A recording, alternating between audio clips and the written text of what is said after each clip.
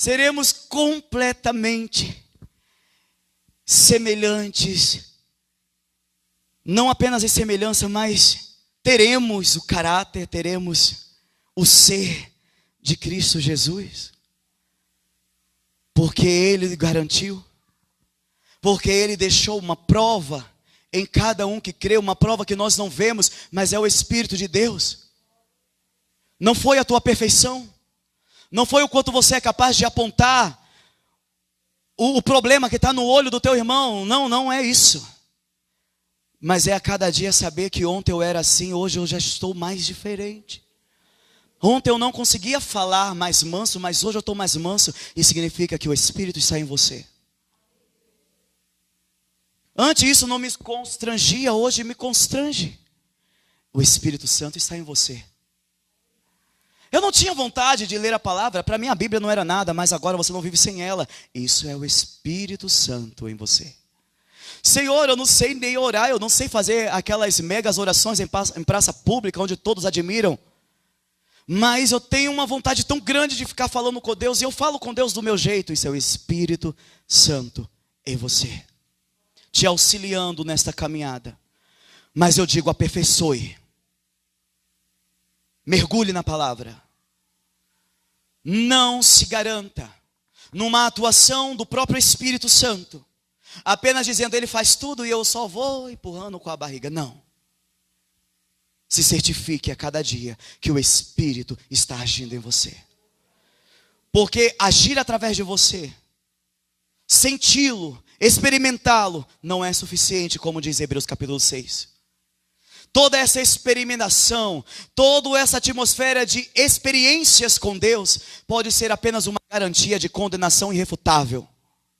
Porque a palavra diz que aquele que experimentou a palavra de Deus, os dons do Espírito, a realidade do poder do mundo vindouro, caiu, não quer saber mais.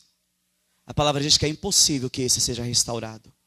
E com certeza, por um motivo muito óbvio, se eu não acredito na ação do Espírito, e se eu não permito essa pessoa maravilhosa que tem caráter, sentimentos, vontade, essa pessoa que inclusive é o próprio Deus, se eu trato essa pessoa como algo opcional na minha vida, ou circunstancial quando me convém, saiba que o Espírito Santo, Ele não precisa de mim, de você, mas Ele tem uma obra em mim e você, nos ajudar e garantir essa entrada pelos portões celestiais. Mas a palavra diz, não desprezeis o Espírito, não apagueis o Espírito que está em vós. Leve muito a sério isso, porque eu vou entrar agora na nossa nova série de mensagens. Nós encerramos a série de mensagens, não apagueis o Espírito. Deus falou poderosamente aos nossos corações e nos deu instruções extremamente práticas para mantermos e não acendermos. Aprendemos a lição? Não somos nós que acendemos a chama, é Deus que acende, nossa missão é mantê-la. Eu quero perguntar, você está mantendo a presença do Espírito Santo viva, latente, intensa no teu viver? Continue, porque essa é a nossa obrigação, é o nosso dever. Hoje nós vamos entrar numa nova série de mensagens que tem por tema imersão. O tema dessa série de mensagens, ela eclodiu da inspiração do próprio Espírito durante os atos do batismo. Pensando nos atos do batismo, porque eu já realizei o batismo domingo, lá em Mangabeira, na comunidade de Mangabeira, na vida de uns irmãos, que se converteram e entregaram a vida a Jesus, através de um dos nossos missionários, que é fruto também deste ministério, fruto das orações, que é o ministro Wilson. Ele evangelizou, ele testemunhou, e essas vidas expressaram o desejo do batismo, e realizei agora deste domingo, para a glória e honra do nome do Senhor Jesus Cristo. E hoje temos aqui esses irmãos, 6 irmãos, que também estão apresentando suas vidas para se batizarem na presença do Senhor, atendendo ao chamado, né? Há uma ordenança de Deus muito clara, onde o próprio Cristo, sem necessidade de arrependimento, porque nele não havia nenhum tipo de pecado, mas ele fez questão de cumprir a lei, aleluia, louvado seja o nome do Senhor. E nós no evangelicalismo de hoje, achamos que fazer algo é porque nós somos o centro da atenção. Irmãos, nós não somos o centro de nada, o centro é Jesus, e se é para obedecer eu tenho que fazer, amém? Glória a Deus. Então os irmãos estão apresentando as suas vidas, e essa série de mensagens que se inicia hoje, na verdade ela já foi pregada, primeiro sermão foi pregado lá nos irmãos, mas tecnicamente podemos dizer, está iniciando hoje devido à transmissão daqueles que estão em casa, que Deus abençoe também, aqueles que estão aqueles que estão adorando, cultuando ao Senhor e também sendo abençoados pela palavra de Deus. Meu queridos, o tema dessa mensagem, ela vem da palavra batismo, porque batismo vem da palavra grega baptizo, que significa mergulho, significa imersão, imergir profundamente, aleluia. E quando eu estava pedindo a Deus a palavra, não era uma palavra textual, eu conhecia muito bem os textos bíblicos que falavam sobre batismo. Mas eu estava falando, Senhor, eu preciso de uma palavra viva. Não é que a escritura não seja viva, não é isso que eu estou dizendo. Eu preciso de uma palavra que vai além do rótulo, que vai além dos pontos, que vai além de títulos de ensinamento, aonde as pessoas não estão entendendo o compromisso com Deus. Aonde as pessoas estão achando que descer nas águas é mais um mergulho, como qualquer um outro mergulho.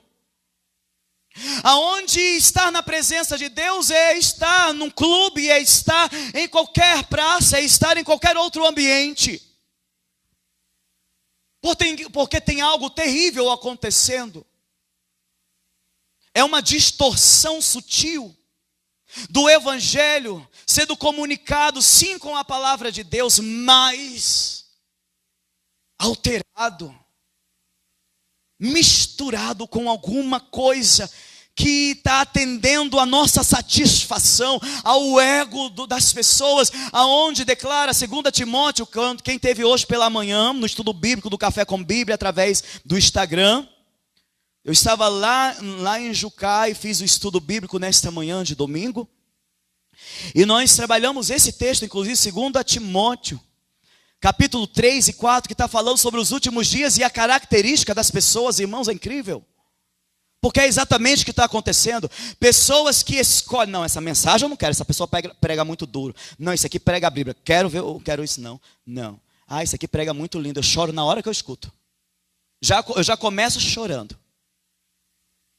Porque prega para os teus sentimentos. Porque prega uma mensagem que parece ser de Jesus. É muito sutil, parece ser o evangelho da cruz. Mas é uma mensagem de autoajuda, aonde a centralidade está firmada no eu. Aonde você não percebe, mas não está te preparando para resistir ao diabo. Está camuflando situações que você pode andar de mãos dadas com o mundo, porque não tem diferença nenhuma. No estilo de vida, na forma de pensar, nas disposições que estão sendo intensamente buscadas. As prioridades. E eu pedindo essa palavra do Senhor, o Senhor falou comigo, simplesmente me lembrando do significado, imersão, da palavra batismo. Aí esse texto que nós iniciamos hoje de Ezequiel, falando sobre uma visão que Deus deu a Ezequiel e o levou para o meio das águas, e aquelas águas em um momento cobriu seus pés um nível, depois levou mais profundo e cobriu seus joelhos, depois até a cintura, e depois não era mais possível passar por aquelas águas, porque eu quero te dizer, na presença de Deus não é possível se manter por forças humanas, mas completamente dependente do Senhor. Porque vocês acham que estão brincando de morrer? Vocês vão morrer, porque esse processo já começou. E não vão morrer completamente hoje, é um simbolismo. Mas todo dia o que vocês vão comunicar neste mergulho, morte para o mundo, todo dia você estará sendo provado nesse morrer. Porque eu nunca vi defunto escolher alguma coisa. Escolhe? Defunto escolhe alguma coisa? Defunto determina alguma coisa?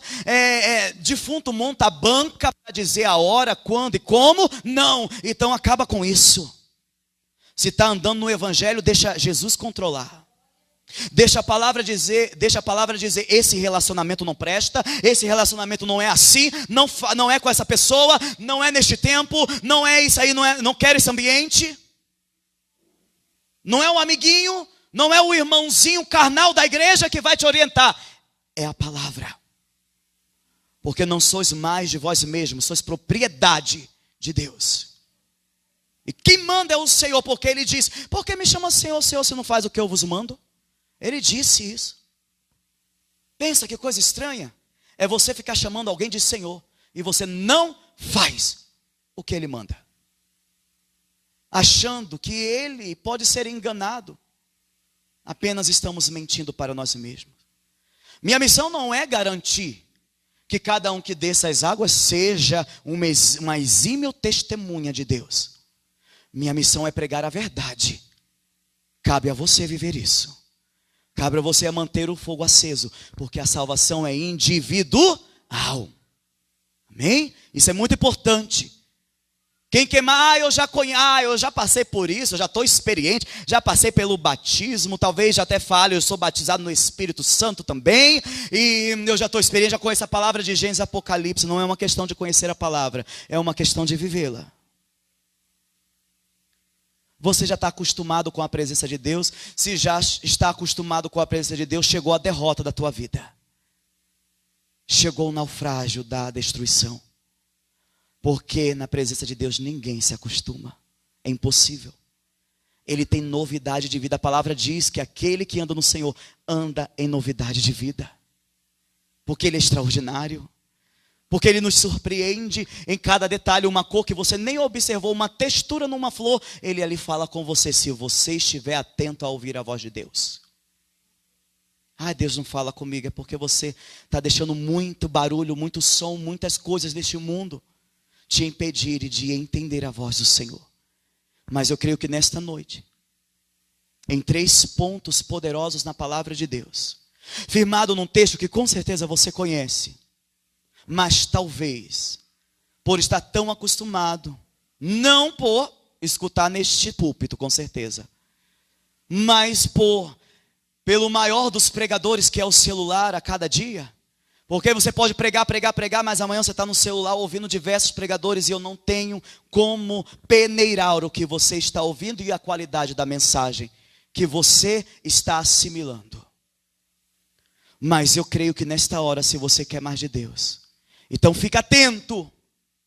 Se tem sonolência, deixa para dormir depois. É o inimigo já querendo agir, porque a gente acorda, parece que quando é a palavra é a hora de dormir. Não, em nome de Jesus. Diga: eu quero a palavra. Eu quero ouvir, eu vou ouvir no nome de Jesus. Amém. Então deixa aí um texto aberto de Atos capítulo 2. Para respondermos a pergunta: como o Espírito Santo capacita o cristão para servir de testemunha de Jesus ao mundo? Como é que o Espírito Santo faz isso? Como o Espírito Santo me torna uma testemunha de Jesus para o mundo, me deixando perfeito, religiosamente tinindo em santidade, sendo melhor do que qualquer um que passa na minha frente, porque se passar eu passo por cima como uma draga, conhecendo a palavra e usando ela para detonar cada um que se aproxima de mim. O Espírito Santo me habilita com dons tão extraordinários que eu esqueço que eu sou um receptáculo e me torno praticamente o próprio Deus. Ele me capacita, talvez me deixando extremamente poderoso, me dando o seu dínamos. Pois recebereis poder ao descer sobre vós o Espírito Santo, e sereis minhas testemunhas. E Ele dá ali, geograficamente, uma projeção que vai se alargando, e se distanciando até os confins da terra. Eu vou ser um super-herói? Não, você vai ser igreja. Você vai ser pedra viva. Você vai ser conduzido, lapidado, guiado no teu pensar, no teu falar, na dependência do Espírito Santo, que te ensina a fechar a boquinha quando tem que falar, a levantar a mãozinha quando tem que levantar, a aparecer só quando Ele quer te usar, no momento que Ele quer te usar, porque a estrela aqui, somente o Senhor. A estrela da alva, Jesus Cristo, o nosso Salvador. Toda a atenção, toda a glória é para Ele, para Ele, para Ele. Todo louvor. E o que nós vamos aprender nesta noite pela sua palavra é para que o Espírito Santo esteja nos lapidando. Diz assim a palavra de Deus em Atos, capítulo 2, o versículo 37 ao versículo de número 41. E ouvindo eles isto, compungiram-se em seu coração. E perguntaram a Pedro e aos demais apóstolos: que faremos, homens e irmãos?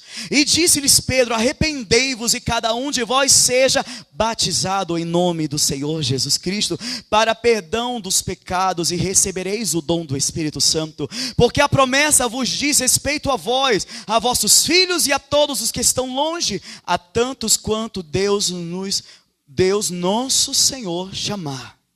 E com muitas outras palavras, isto testificava e os exortava, dizendo: salvai-vos desta geração perversa. De sorte que foram batizados os que de bom grado receberam a palavra. E naquele dia agregaram-se quase 3.000 almas. Amém? Louvado seja o nome do Senhor. A primeira verdade nessa noite, a maneira como o Espírito Santo, Ele nos capacita para sermos testemunha de Jesus Cristo, é através da imersão na angústia e na aflição. A primeira maneira como o Espírito Santo nos capacita para ser testemunha de Jesus é imergindo, mergulhando profundamente na angústia e na aflição. Ai, pastor, eu queria ouvir uma coisa boa. Eu queria aqui vir receber uma palavra de conforto. Não tem palavra mais poderosa do que essa. Essa palavra vai te confortar de uma tal maneira que não haverá mais nenhuma capacidade do mundo, das pessoas, do teu eu, de te impedir de viver a verdadeira paz. O apóstolo Pedro, diante da manifestação de Pentecostes, onde o Espírito Santo de Deus, segundo a promessa feita em Joel, que o Espírito Santo viria e seria derramado sobre todos os povos. E Jesus, diante do seu direcionamento aos discípulos: me aguardem em Jerusalém, até que o Espírito Santo venha. Ali estavam os discípulos reunidos, mais de 121 pessoas, e ali eles estavam orando, ali eles estavam sem saber tempo, sem saber hora, eles estavam na presença de Deus, eles estavam em comunhão, eles estavam na atmosfera da fé, eles estavam ali na dependência do Senhor, e de repente o vento impetuoso. Eles escutam um vento, não é não é uma questão de sentir, não é uma questão de sentimento nenhum. Eles ouviram como um som de um vento impetuoso, que pousou sobre eles como chamas de fogo na cabeça de cada pessoa. Uma manifestação audível, visível, da promessa do Senhor se cumprindo. Um quadro único, onde não adianta clamar pela descida dessa mesma forma, por essa manifestação dessa mesma forma. O Espírito sim se manifesta com fogo de glória, sim manifesta. Ele manifesta porque a gente sente a presença, a gente esquenta todo, queima. É uma coisa gloriosa, sim, ele se manifesta dessa forma. Mas essa promessa aqui, ela estava sendo esperada no tempo e no espaço, e ela aconteceu. Após o seu acontecimento, eles começaram a falar em diversos dialetos. Pessoas de várias nacionalidades estavam ali. Pessoas que falavam em línguas diferentes, idiomas diferentes, mas diz a palavra que todos eles ouviam na sua própria língua, o que eles estavam falando. De repente, o Espírito Santo os capacitou a serem poliglotas, e eles começaram a falar diversas línguas. Mas sempre tem o espírito de zombaria. Eles estão bêbados. Estão bêbados. E o apóstolo Pedro começa a pregar impetuosamente. Ele começa a pregar dizendo primeiramente o que é aquilo dali. Que aquilo ali é o cumprimento da palavra de Deus. Porque o que foi profetizado em Joel, da forma que foi profetizado, não foi um simbolismo, não é uma alegoria, mas é literalmente o que é profetizado na palavra acontece como foi profetizado. E ali estava sendo uma manifestação. E ele começou a falar: vocês mataram o Jesus, o Filho de Deus, o próprio Deus. Vocês o crucificaram, vocês o rejeitaram, aquele que tem a salvação, aquele que prometeu o Espírito e através dele veio. Sim, e quando eles ouviram, diz a palavra que nos dá base para este primeiro ponto. Diz que eles compungiram-se em seu coração. Compungir significa ficar profundamente temeroso. Eles se angustiaram, eles ficaram tão inquietos, tão angustiados, tão aflitos. Algumas traduções vão vir, eles se afligiram, com os corações aflitos. Eles bradam: e agora o que fazemos? Pedro pontualmente dá as instruções que nós vamos abordar daqui a pouco. Entenda uma coisa: para conhecer a Jesus, o Evangelho, você vai começar a sentir uma angústia dentro de você. Não tem como, senão você não conheceu o Evangelho, senão não te apontaram a Jesus. Se você chegou na presença de Deus, está sendo evangelizado, se você está retornando, se você estava distante, se você está sem comunhão, e você na presença de Deus, você não sente angústia, você não está ouvindo o Evangelho, querido. Você pode estar ouvindo a palavra, pode estar lendo a palavra, mas não é o Evangelho. Porque você começa, algo no teu interior começa a se incomodar, algo na tua mente, tuas memórias começam a se mexer. Você começa a lembrar do teu dia, você começa a lembrar dos teus sentimentos, das tuas sensações, e você diz: está me faltando algo, porque eu não estou sentindo essa presença todo dia, eu só estou sentindo aqui na igreja. Mas quando eu vou dormir, eu não consigo dormir. Quando eu estou com a minha família, eu só grito, ou então eu sou passivo, eu sou neutro. Eu não faço a diferença. Eu não prego. Eu não faço mover essa glória, essa alegria. Ai, coisa maravilhosa ver isso no irmão, mas eu preciso ver em mim. E isso provoca angústia. Não tem um dia nesta minha caminhada em que eu não sinta angústia. Não tenha um dia que eu não esteja aflito. Mas não tenha um dia que o bom ânimo não chegue ao meu coração. Porque Jesus disse: no mundo terás aflições, mas tem de bom ânimo. Eu venci. Ah, eu não consigo abandonar esse. Jesus ecoa no teu interior: eu venci. Ah, eu não consigo ficar sem pecar. Jesus ecoa no teu interior: mas eu venci. Ele foi tentado, mas venceu. Ah, mas era Jesus. Querido, o discurso mais diabólico que pode surgir na tua mente, no teu coração, é tentar remover a humanidade real de Cristo Jesus. Pois ele se fez carne. Ele sofreu tudo que nós sofremos e muito mais. Foi abandonado, injustiçado, perseguido, odiado, traído. Sofreu todo tipo de traumas que nós tanto endeusamos para justificar a nossa falta de caráter e transformação. Ele passou por tudo isso, mas venceu. E ele disse: se sofrer comigo, pode passar para mim. Se sofrer comigo também vai vencer. Ele chamou os seus amigos de perto para um momento de intimidade, de oração, para um momento de profunda angústia. Onde ele estava prestes a ser crucificado, ele chamou aqueles mais próximos. Veio os seus discípulos, deixou um grupo num canto, trouxe ainda os mais próximos dos próximos, selecionou.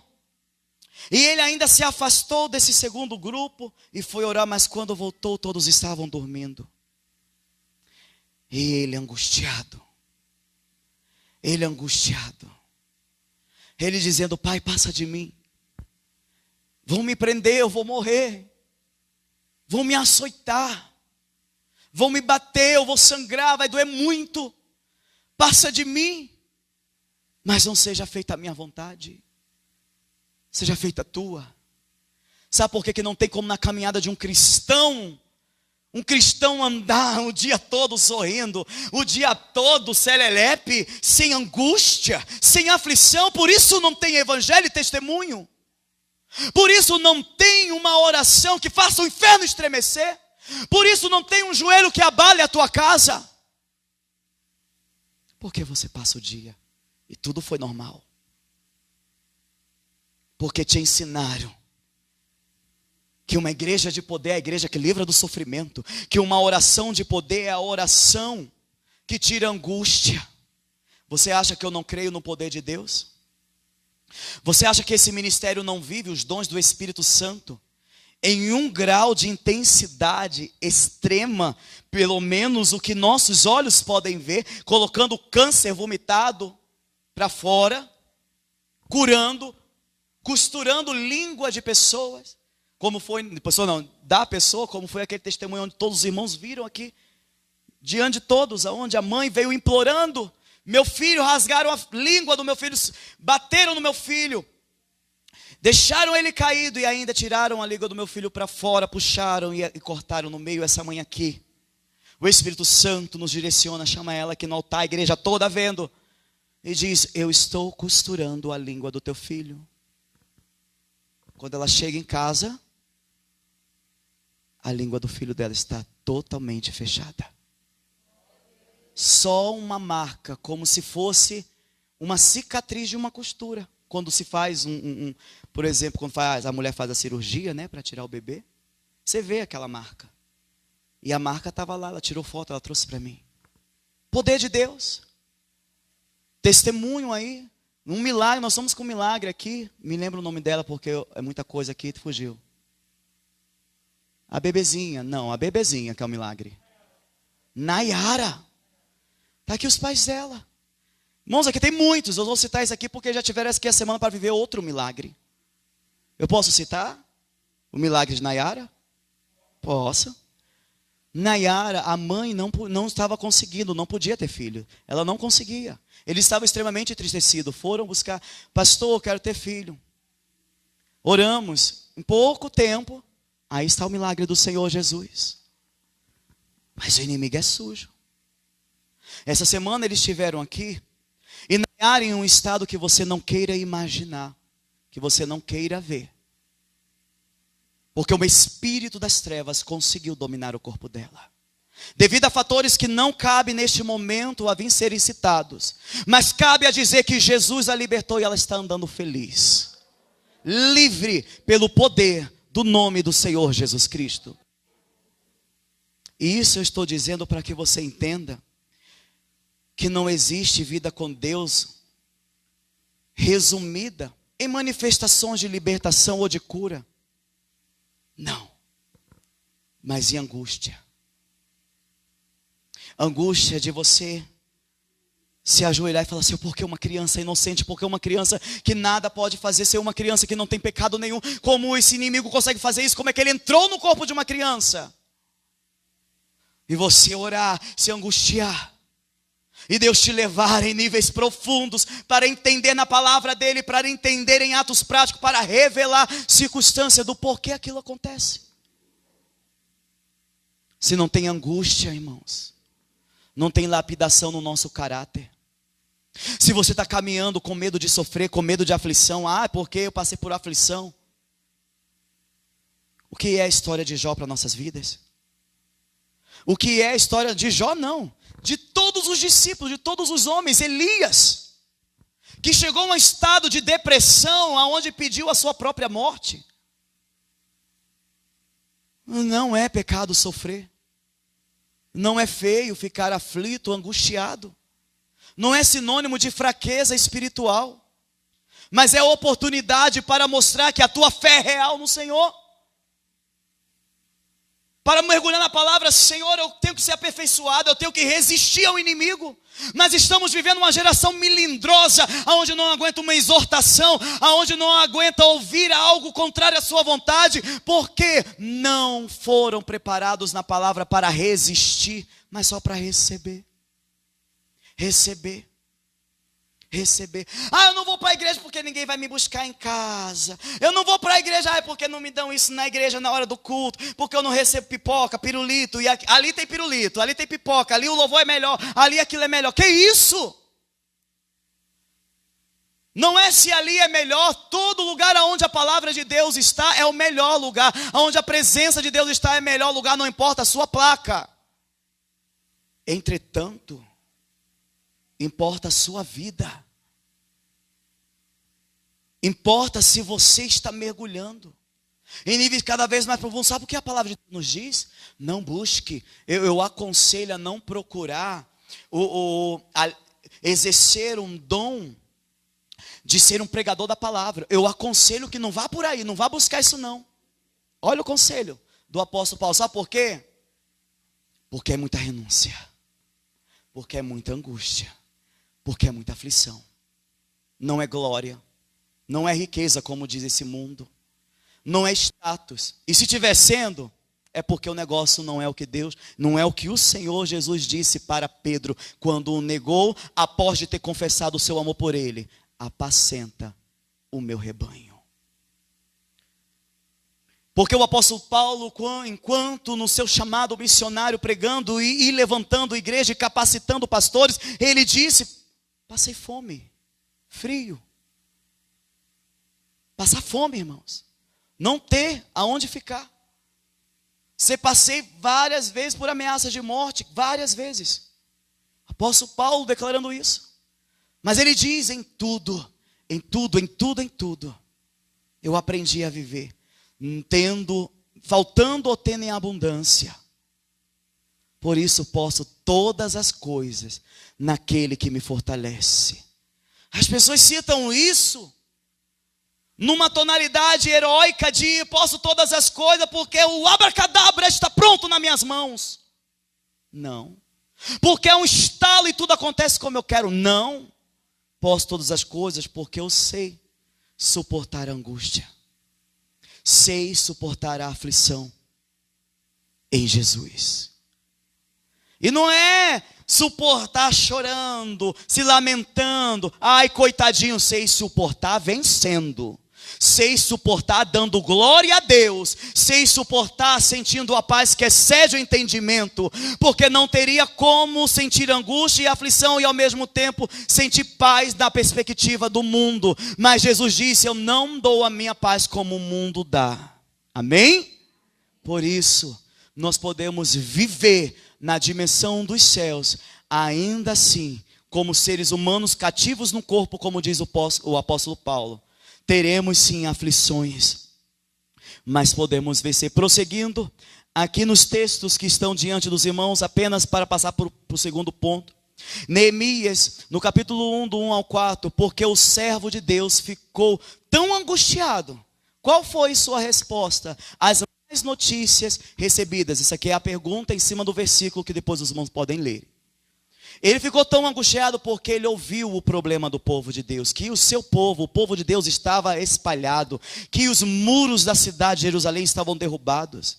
O povo de Deus, quando vê o servo de Deus, o cristão, quando vê o povo de Deus afastado, quando vê uma geração fraca, uma geração vazia do evangelho, vive na angústia do clamor. clamando pelo povo de Deus, procurando fazer a diferença, assim como Neemias fez em sua geração. Mateus 26:37, levando consigo Pedro e os 2 filhos de Zebedeu, começou a entristecer-se e a angustiar-se. O que eu falei sobre o Senhor Jesus Cristo. Na maior angústia, a amargura do silêncio, não busca palavras de consolação nem de esperança, só firma a tua fé na maior rocha da salvação.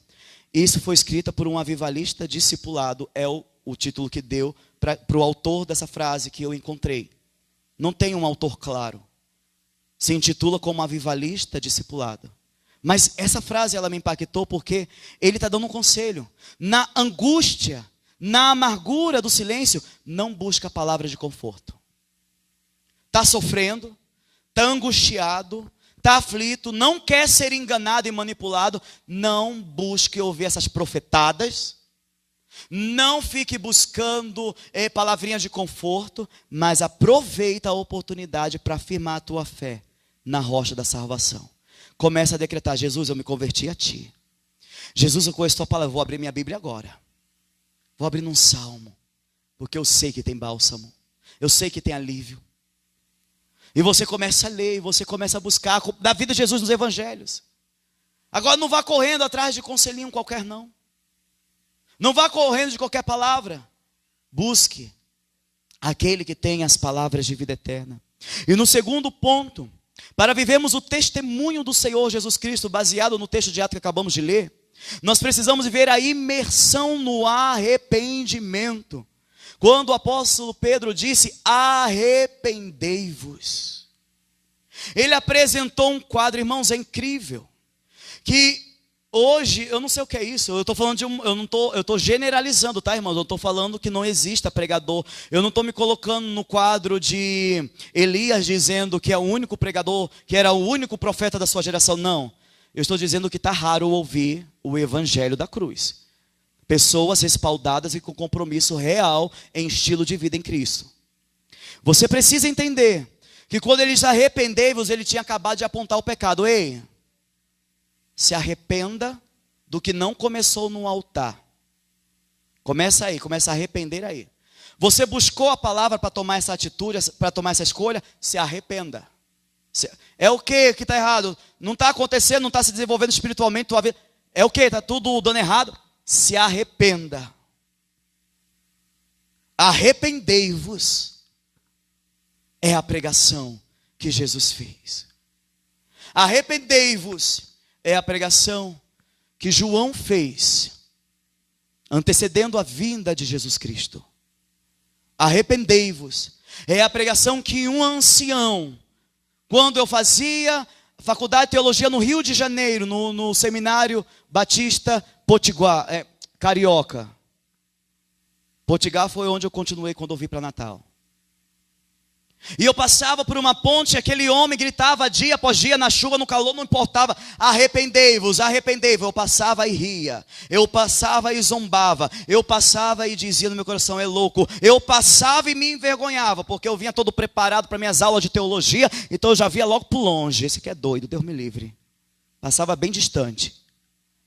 E mal sabia eu que aquela era uma aula em que eu não pretendia ter, em que eu não conseguia assimilar nada, mas cada dia que eu passava por aquela passarela e via aquele ancião, Deus estava me ensinando. Mas a teologia, o meu orgulho, a minha prepotência, na ocasião não me permitia ouvir, não me permitia enxergar, além de um doido.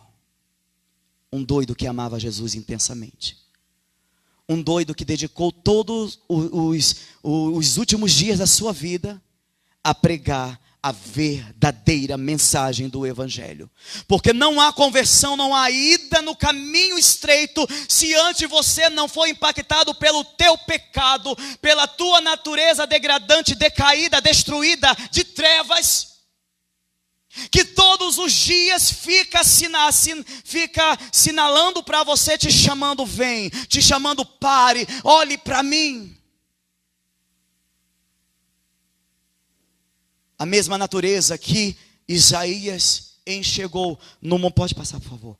Quando Isaías se deparou lá no capítulo 6, do versículo 6 ao 7, porém um dos serafins voou para mim, trazendo na sua mão uma brasa viva, que tirara do altar com um tenaz, e com a brasa tocou a minha boca e disse, eis que isto tocou os teus lábios, e a tua iniquidade foi tirada, e expiado o teu pecado. E somente dessa experiência de ser constrangido de quem ele era diante da santidade da glória de Deus, e ao ser tocado pela brasa viva, que o purificou, que hoje quem nos purifica é Jesus, porque ele é fiel e justo para perdoar os nossos pecados, basta a gente confessar, basta a gente se arrepender.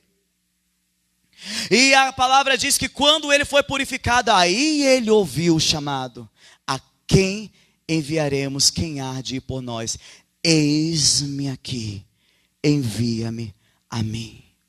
Pessoas que não enxergaram sua natureza, que não compreenderam o nível de perdão que chegou sobre a sua vida, não são capazes de transportar tamanha graça, não são capazes de transformar uma palavra de transformação para um pecador, porque sempre está pensando, eu não sou digno, eu não posso, não há tempo, quem sabe um dia.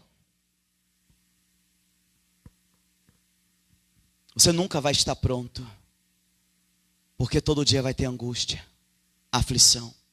Você nunca vai estar pronto, porque a natureza pecaminosa sempre vai estar aí no teu viver. E você sempre vai ter motivo para duvidar do operar do Espírito Santo no teu viver. Mas cabe a tua fé, se é genuína ou não, se é morta ou não, porque fé, uma fé sem obras é morta. Mas a tua fé, se for viva, ela vai remover essas mentiras na palavra. Ela vai dizer, sim, eu sou falho, mas eu vou pregar. Porque eu me arrependo todos os dias. Eu me humilho todos os dias. Quando eu abro a minha boca para louvar, é impossível não ser constrangido por quem eu sou. Não é viver de um remorso. É viver numa realidade de arrependimento. De uma imersão cada vez profunda. Cada vez profunda. Porque quanto mais você conhece a Deus, quanto mais você se relaciona com Deus, mais as tuas misérias e as minhas misérias ficam nuas e patentes. Quanto mais somos impactados pela glória, mais ficamos nus diante desta realidade. E mais somos levados a uma contrição de espírito. Quem Deus ouve? A um coração quebrantado e contrito. Por um choro qualquer? Não. Por ser tocado pela sua incapacidade, por enxergar o cenário da sua vulnerabilidade. Mas ele diz, eu aperfeiçoo o meu poder na fraqueza. Ai, que bom, vou pecar. Ai, vou fazer o que é errado. Claro que não. O apóstolo Paulo usa essa argumentação. É por isso que eu vou usar essa abordagem então para pecar, porque ele aperfeiçoa o seu poder na fraqueza. Então eu vou pecar mais para que a graça dele aumente? Claro que não. Não useis da liberdade para dar ocasião à carne. Acaso não sabeis que vós sois o templo do Espírito Santo de Deus? Mergulha mais profundo. Ai, mas eu já me converti, já me arrependi. Mergulha mais. Mergulha mais, isso é um simbolismo. Isso daqui toda hora você vai ter que se arrepender. Mergulhar mais profundo. E viver essa última imersão. Aonde diz assim. O trecho do versículo de Atos que diz, e cada um de vós seja batizado em nome de Jesus Cristo. Se você não viver a imersão na vida e na obra de Jesus, você vai viver a entrada em templos religiosos, igrejas de tijolos, ideologias particulares de pessoas que se acham prontas e capazes para dizer, para ditar regras que nem mesmo Cristo estabeleceu. Você vai entrar em mutações que vão te transformar em tantas anomalias, menos num cristão. Você vai viver coisas até mais complexas do que ser um cristão. Mas se você entrar pela porta das ovelhas, e essa porta é Jesus, aquele que entra por mim encontrará pastagem. encontrará alimento, porque Ele é o bom pastor que conduz as ovelhas para os campos verdejantes, dá o alimento vivo, vitaminado, as águas, conduz para saciar a sede. Esse é o bom pastor, o Senhor Jesus. Mas você precisa mergulhar na vida dele. Eu já tive tantas pessoas, porque hoje eu não faço mais parte de uma denominação. Hoje eu não faço mais parte de um sistema onde tudo que se chama glamour e aparência é tão atrativo, é tão tentador, e muitos se deixam levar por essas coisas. Não faço mais parte, mas não é por isso que eu estou fora de perigo, ou que eu estou fora de uma realidade de ter uma vida comprometida, mergulhando profundamente em Cristo. Sabe como é que a minha vida com Deus começou? Quando eu era adolescente, fazia coreografia, e ali eu me amava Jesus. Eu queria batizar, compartilhei com os irmãos, menti para o pastor. Olha só que eu já comecei mal. Menti para o pastor, falei, meus pais concordam com tudo, concordam com o meu batismo. Ninguém concordava, minha mãe não queria, minha mãe falava, você vai ser batizado, mas eu nem vou colocar meu pé lá.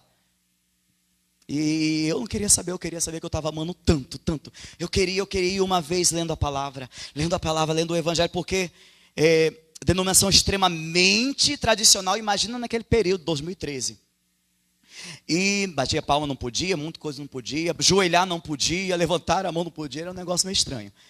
Mas a minha sede era muito grande, e eu vi na palavra, eu encontrei ali no evangelho uma coisa única, que dizia, se creres, fareis as mesmas obras e até maiores com essa. Pelo amor de Deus, quando eu li isso aí, você imagina um adolescente que gosta muito de ver Cavaleiros do Zodíaco, que gosta de ver Pokémon, Dragon Ball Z, toda hora, eram esses os meus desenhos na época, e de repente encontra um versículo na Bíblia que diz, se você crer, vai fazer as mesmas obras que eu faço e até maiores. Pelo amor de Deus, isso na cabeça do adolescente é tudo. Falei, é agora, é isso aqui, é igual Jesus desse jeito, então vai ser. Irmãos, e essa era a minha sede, minha fome. E isso eu era adorando, era buscando, era vivendo um caminhado que não dá para falar, não dá para reduzir, porque é muita coisa, mas posso dizer uma coisa. Nunca vi uma caminhada tão intensa, em que tudo só quer fazer uma coisa, apagar a chama do espírito da fé que tem no teu coração. Porque tudo o que aconteceu na minha realidade, igreja, eu não estou falando que a igreja é ruim não, igreja é coisa santa, igreja é noiva de Cristo, igreja é coisa maravilhosa, mas é invisível, é noiva santa, preparada, adornada para o Senhor, e não tem nome. Mas eu me deparando da realidade, tudo queria apagar minha fé, e começou a apagar. Adões foram extinguidos. Quando eu entrei na faculdade, um balde de água fria, um atrás do outro. Estava morrendo. Mas passando-se anos, muitos anos, minha fé já condicionada ao denominacionalismo do qual fazia parte, como as doutrinas que já estava tinindo aqui. Um dia, à frente de um grupo de jovens, fui para o Parque das Dunas. E ali estávamos orando, e eu separei, peguei a oração do Pai Nosso, versículo por versículo, separei em papeizinhos, dei um para cada um, e cada um ia compartilhar o que entendia sobre aquele versículo. Quando eu peguei a minha parte, que eu fiquei, que dizia assim, Jesus tem misericórdia, é incrível como é que Deus trabalha. No meu estava escrito, perdoa os meus pecados, como tenho perdoado os meus devedores. Eu não consegui nem ler todo. Eu comecei a tremer. Eu comecei a tremer, irmãos, que não era como eu estava num Parque das Dunas, não era época de pandemia, então estava lotado. E os jovens e todo mundo começaram a olhar para mim, e eu tremendo. E eu comecei a falar em línguas, em mistérios, e comecei a falar aquele adolescente, e o que o Espírito era em mim voltou. O que fez lá anos atrás o pastor rejeitar um adolescente que só queria Jesus, e ele tentou com tudo, ele humilhou, ele condenou, ele disse que não prestava, que aquilo não ia prestar, que não servia. O Espírito que dizia que servia me levantou ali no meio do Parque das Dunas, e eu comecei a me arrepender e disse, Hoje eu estou tirando a armadura dos homens para vestir a armadura de Deus. Mas eu não sabia que o meu BlackBerry, que era o meu celular caríssimo, ia ser roubado, porque nele estava todos os meus contatos, que para mim era a minha mina de ouro, porque eu pregava em todas as igrejas da minha denominação, porque eu palestrava para os professores de EBD, porque eu tinha a intelectualidade como um Deus na minha vida, e aquilo para mim era tudo. Só que eu disse que tinha tirado a armadura. E é lindo quando a gente fala isso no quebrantamento, na unção, no poder, mas isso representa arrancar coisas que você valoriza. Aí você diz, meu Deus, eu não tenho o que reclamar. Agora eu entendi. Na hora logo eu já comecei a murmurar, mas aí depois, entendi. Então, Senhor, já não tenho mais contato. Porque o pior estava por vir. Todos os meus amigos, pelo menos que eu achava. Até pessoas que eu considerava pai na fé, me trataram como um bicho, um monstro, um bruxo, com poderes que só podem ser vindos do inferno, quando na verdade era simplesmente o Espírito Santo e continua sendo ele. Mas inaceitável para quem não professa o nome que nós endeusamos. E aqueles que eu tinha alto apreço e que me tinham em apreço, de repente se tornam as pessoas que começam a me caluniar de uma maneira extremamente agressiva. E minha única reação é, Senhor, não é fácil tirar a armadura dos homens. Porque nesse processo eu tentei contar com pessoas para um momento de extrema fragilidade em vários aspectos, recursos, iniciar uma obra sem saber como fazer. Mas ninguém, porque Jesus disse, é só eu e você. É só minhas promessas e você.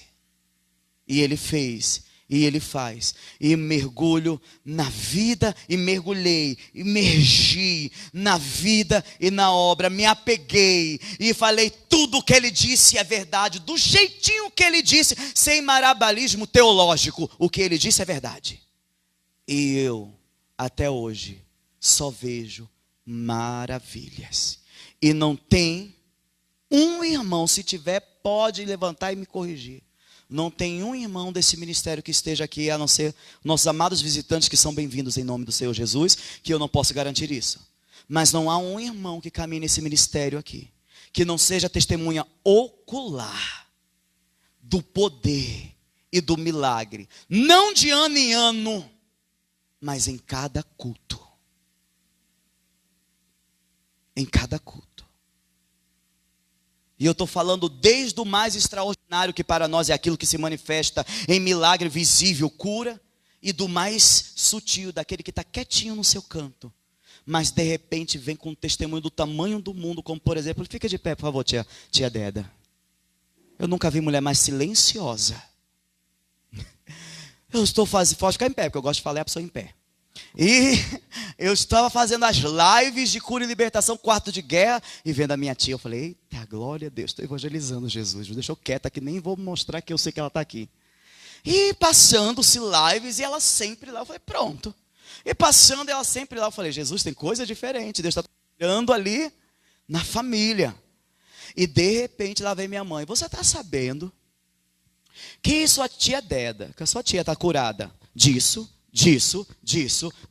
que ela não podia se mexer, que ela não tinha flexibilidade, que ela vivia dores terríveis, que ela estava entrando num estado de depressão, nem saía praticamente de dentro de casa, porque ela vivia integralmente tomada por dores, e que tudo foi desaparecendo porque ela foi silenciosamente na presença nas lives, só recebendo a glória do Senhor, só entendendo e falando, eu quero mais, e daqui era curada.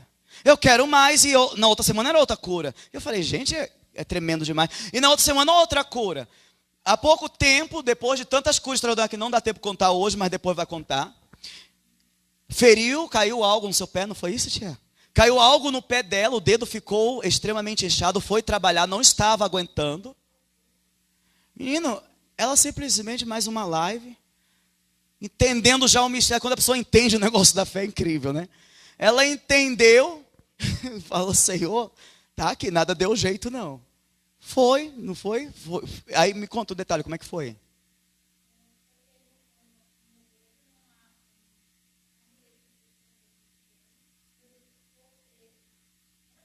Aham.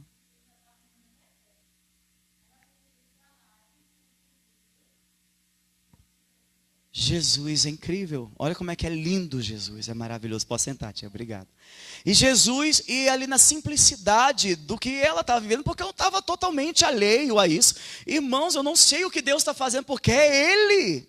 Eu estava numa live, uma irmã, e eu só não saí pulando, porque não dava, porque eu ia sair de frente da câmera, as pessoas iam perder a perspectiva de onde eu estava. Mas a irmã, eu comecei a orar, eu falei, Senhor, as pessoas acham que eu sei que isso vai acontecer. Claro que eu não sei. Quem faz é o Espírito. Eu fui orar, irmãos, vamos orar agora pela cura. A irmã começou a falar, uma mensagem atrás da outra. Pastor, o senhor está colocando a mão no meu braço, o senhor está tocando no meu braço. Eu falei, não tem como, querido, eu estou aqui, ó. Eu estou aqui. Quem está te tocando é o Espírito Santo de Deus. É tão difícil, né? Porque a gente tem uma tendência de bezerros. A gente tem uma tendência de buscar poste ídolos, adorar homens, engrandecer homens. Não é nada, nenhuma glória é minha. É simplesmente o que Ele sempre fez, faz e continua fazendo. Se crermos, todo aquele que crê não está isentando ninguém. É todo. Sim, é mesmo. E foi curado de quê, tia? E se eu não estou enganado, foi ela que tomou a iniciativa, né? Que disse que ia ficar curada. Ela não está aqui? Cadê ela? Ah, está ali. E ela disse, eu fiquei sabendo que ela mesmo vê nas lives falando, eu vou ficar curada. E ela disse que sentiu algo na perna dela. E depois disso, para a glória do Senhor Jesus Cristo, está aí curada. Esse ministério ele começou aqui no Tambor, porque foi aqui no Tambor, quando nós fizemos o evangelismo, o Senhor, né, nos conduzindo, fomos à casa de uma família onde a criança, ela sofria de uma doença rara chamada ossos de vidro. Ela caía e se quebrava, os ossos dela esfarelavam. Toda engessada. Essa criança recebeu uma oração.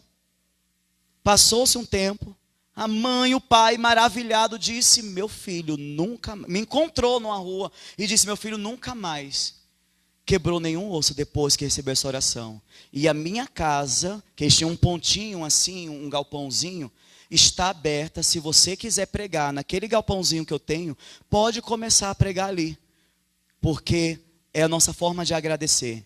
E a obra que começou pelo poder de Cristo Jesus. Porque a palavra de Deus diz que o reino de Deus não consiste em palavras, mas em poder. Não enfatizamos a questão de ficar falando detalhe por detalhe, sabe por quê? Porque infelizmente há um condicionamento ao estrelato e quererem só o poder pelo poder. Mas não entende que querer o poder é querer Cristo, porque Ele é o poder, Ele é o Todo-Poderoso. Amém, irmãos? Então, a imersão na vida e na obra de Cristo é indispensável, porque tudo que é feito e cada um de vós seja batizado em nome de Jesus, é no nome dEle, é a pessoa dEle. E para um judeu, na cultura hebraica, nome não foge do caráter da própria pessoa. O nome expressa a própria pessoa. Por isso que o nome dos judeus, eles são muito marcantes, falando sobre a característica daquela pessoa. O nome descreve a pessoa. E o nome de Jesus, perfeitamente, é o nome sobre todo nome. Amém? Mergulhemos nesta pessoa, no ser de Deus. Como? Através da angústia de reconhecer que é pecador e do próprio vazio, mas entender que a cada dia Cristo vai nos preenchendo cada vez mais através da sua palavra. Amém, irmãos? Louvado seja o nome